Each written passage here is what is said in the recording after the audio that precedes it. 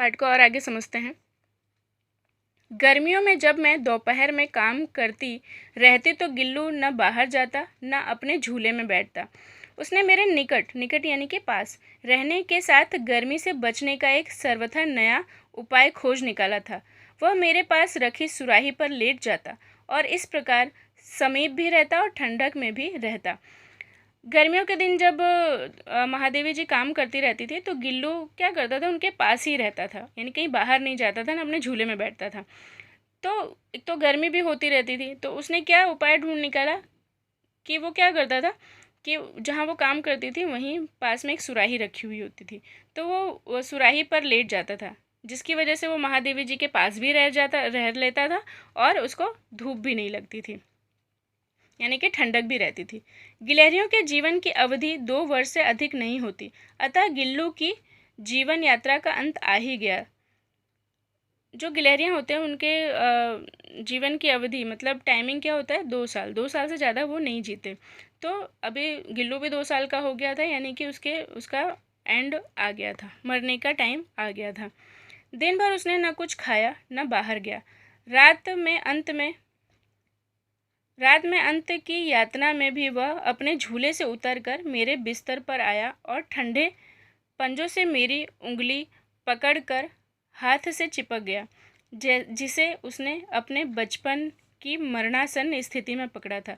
मरणासन्न का मतलब होता है जिसकी मृत्यु निकट हो, यानी कि जिसकी मृत्यु होने वाली हो।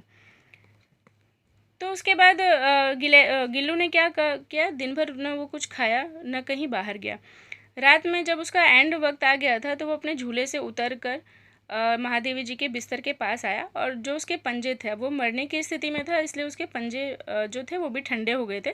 तो उसने क्या किया, पंजों से महादेवी जी की उंगली पकड़ी और चिपक गया हाथ से।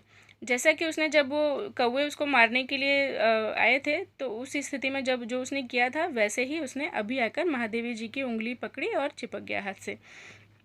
पंजे इतने ठंडे हो रहे थे कि मैंने जाग कर हीटर जलाया और उसे उष्णता देने का प्रयत्न किया। उष्णता मतलब कि गर्मी। परंतु प्रभात की प्रथम किरण के स्पर्श के साथ ही वह किसी और जीवन में जागने के लिए सो गया। यानी कि जो गिल्लू था उसके पंजे इतने ठंडे हो गए थे कि महादेवी जी ने फटाफट उठकर हीटर जलाया ताकि उसको गर्माहट मिल सके।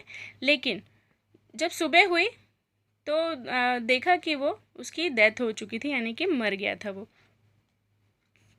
उसका झूला उतार कर रख दिया गया और खिड़की की जाली बंद कर दी गई है, परंतु गिलहरियों की नई पीढ़ी जाली के उस पार चिक करती ही रहती और सुन जूही पर बसंत आता ही रहता था। जब वो गिल्लू मर गया था तो उसका झूला उतार के रख दिया गया था और जिस खिड़की की जाली खोली गई थी उसको बाहर निकलने के लिए वो भी बंद कर दिया गया था। परंतु जो नई पीढ़ी की गिलहरियाँ थी वो उसी जाली के पास आकर चिक करती रहती थी, यानी वो चिक करना भी जारी रहा उसके मरने के बाद, और जो सोन जूही पे फूल खिलते थे वो भी मतलब जारी रहा, उसका फूल खिलना भी। सोन जूही की लता के नीचे गिल्लू की समाधि दी गई है, इसलिए भी कि उसे वह लता सबसे अधिक प्रिय थी, इसलिए भी कि उस लघुगात का किसी वासंती दिन जूही के पीताभ छोटे फूल में खिल जाने का विश्वास मुझे संतोष देता था। इसमें पीताभ का मतलब होता है पीले रंग का। तो जब गिल्लू मर गया था तो उसकी समाधि कहाँ बनाई गई थी, सोन जूही की जो लता थी उसके नीचे ही बनाई, यानी बेल के नीचे ही उसकी समाधि बनाई गई थी, क्योंकि वो लता उसको सबसे प्रिय लगती थी, यानी कि जो सोन जूही की बेल थी वो उसको बहुत ही अच्छी लगती थी।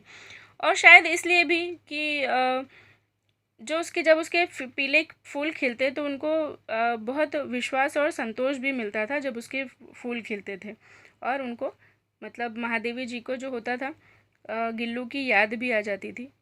ठीक है, तो यानी इसमें महादेवी जी ने बताया है कि इसलिए भी कि उस लघुगात का किसी वासंती दिन जूही के पीताभ छोटे फूल में खिल जाने का विश्वास मुझे संतोष देता था, यानी उनको ऐसा लगता था कि शायद वो गिल्लू को तो बेल के नीचे ही दबाया मतलब दफनाया गया था, तो जब फूल खिलते थे तो उन्हें एक अच्छा लगता था, उन्हें एक विश्वास होता था और उनको संतोष भी मिलता था, सेटिस्फेक्शन उनको होता था।